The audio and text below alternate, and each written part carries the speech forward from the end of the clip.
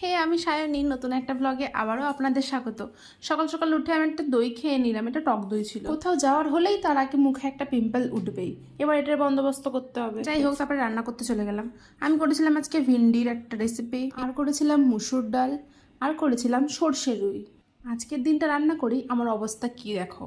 তাহলে ভাবো, প্রত্যেক দিন যখন আমাদের মারা রান্না করে তাদের অবস্থা কীরকম হয়।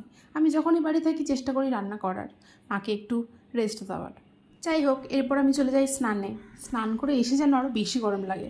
এবার চলো নিজের রান্না খাওয়া যাক। লাঞ্চ কমপ্লিট করে নিলাম আমি আমার। সকালে পড়ার টাইম না পাওয়া এখন একটু পড়তে পড়তে আমের আচার। সন্ধ্যাবেলা আমি গেছিলাম যোগা ক্লাসে, ছোটরা প্র্যাকটিস করছিল। এটা হলো আমার ডুও পার্টনার, আমার থেকে বড় যদিও বয়সে, কিন্তু আমি ওকে দিদি বলে সম্মান করি। লাফাঝাপি করে আমাদের অবস্থা দেখেছো বিধ্বস্ত। তারপর বাড়ি এসে ফ্রেশ হয়ে পড়তে বসে পড়লাম। দাদু দিদিরা প্রত্যেক দিনই পার্টে যায়, সেখান থেকে আমার জন্য রোজই প্রসাদ নিয়ে আসে, সেটাই খেয়ে নিলাম। ব্লগটা এই পর্যন্তই। ভালো লাগলে লাইক অ্যান্ড সাবস্ক্রাইব করে দিও। টাটা।